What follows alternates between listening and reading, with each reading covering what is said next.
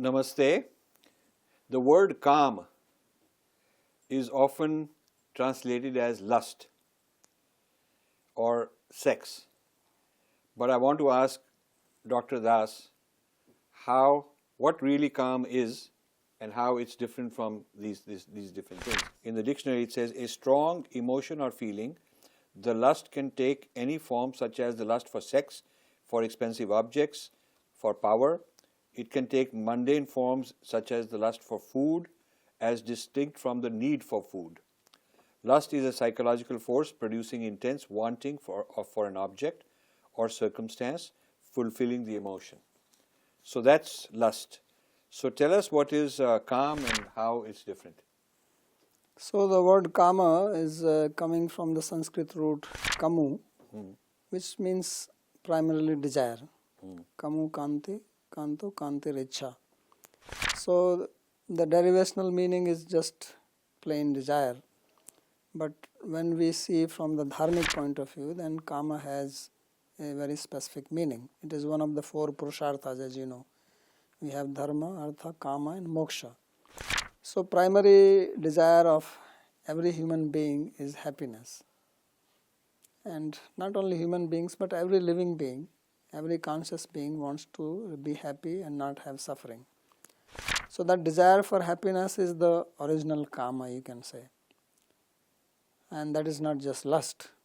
This is just our inbuilt, nature to be happy, because the nature of the Atma is happiness. So when we identify with the physical body, which is not our true being, it's something external to us. But when I identify myself with the physical body, then what happens that I superimpose my nature onto the body. So because my nature is happiness, now I want that happiness through the body. Because I am an eternal being, I want this body to be eternal. Because I never get old, Atma never gets old. So I want this body not to get old or decay. So this is actually a superimposition of my own character onto the physical body.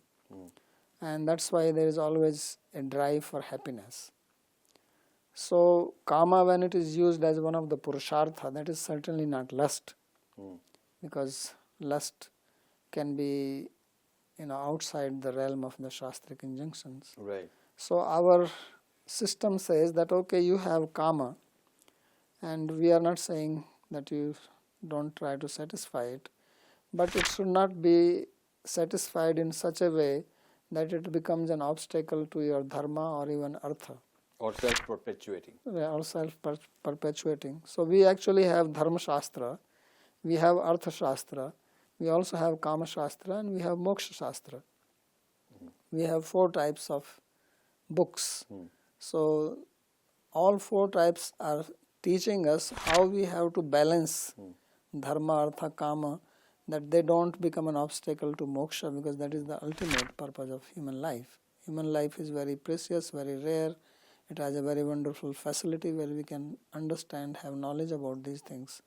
So you can have kama, but have kama so that it is not going to jeopardize your artha and dharma and then ultimately moksha. So even if you study Kama Sutra of Vatsayana, he actually says that you should not enjoy, even if you take the meaning of kama to have sexual enjoyment, as in Kama Sutra is taken, it should not be at the expense of dharma and artha. Same if you study Artha Shastra, written by Chanakya. He also says that you should not just make money so that it goes against dharma. So you have to bring a balance. So when the word kama is used in these books, then it is used in the sense that you follow the scriptural injunctions. And within that system you can have pleasure, you can have enjoyment. So then you will not ruin your health. Otherwise you become too much, big enjoyer, and then you ruin your health or you ruin your economy. Right. And then you have to suffer for that. Like, for example, addictive. Right. Karma can become addiction. Right. So rather than satisfying in a way that you no longer are dependent on it, no longer need it, kind of work it out, rather than that, you become even more dependent on it.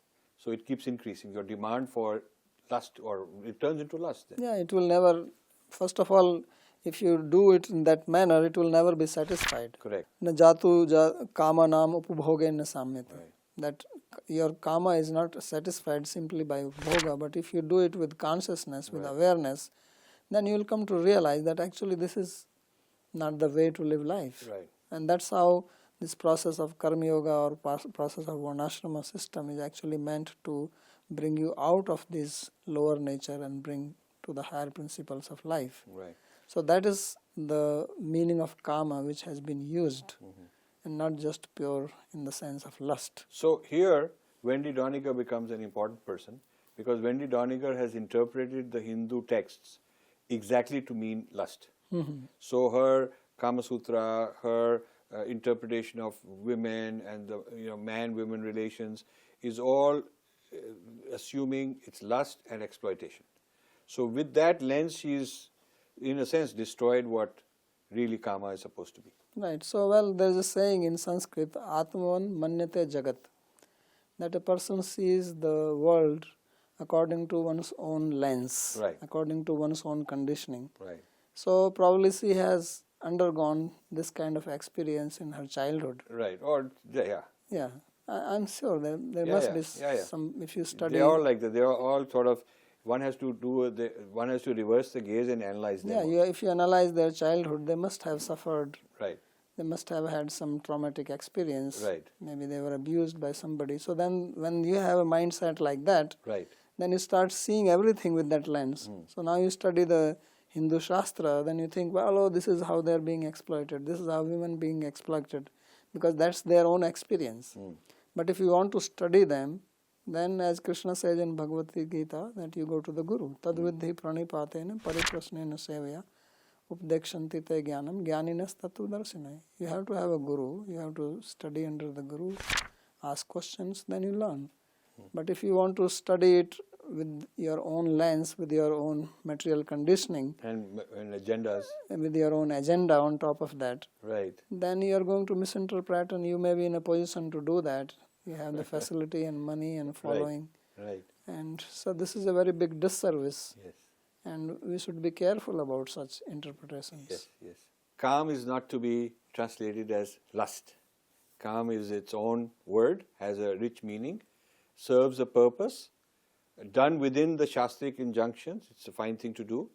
Outside the Shastric injunctions, transgressing or violating the Shastric injunctions, it becomes papa. Yeah, then that is what is defined as papa. So the way lust is being defined, it is actually papa, because it is so it is not same as kama. Yeah. Good. Actually, in Bhagavad Gita, Krishna makes a very interesting statement. He says, Dharma viruddho bhuteshu kamo asmi bhartarshva. He says, I am kama. So he cannot be a lust. He says that kama which is not against the principles of dharma, that I am. It's a very big statement. It's a very big statement. And very bold Very statement. audacious. Yeah, very audacious statement. Very big, yeah. Bhagavan saying he is kama, Yeah, yeah. In fact, one of name for Krishna is Kamdeva. Yeah. So it cannot be just lust. And then they misinterpret the gopis and Krishna, again through that, this Well, Wendy obviously, Doniger kind of they stuff. are bound to misinterpret because they can only think in that conditioned range. Good. So thank you very much, Dr. Das. Thank Welcome. you. Namaste.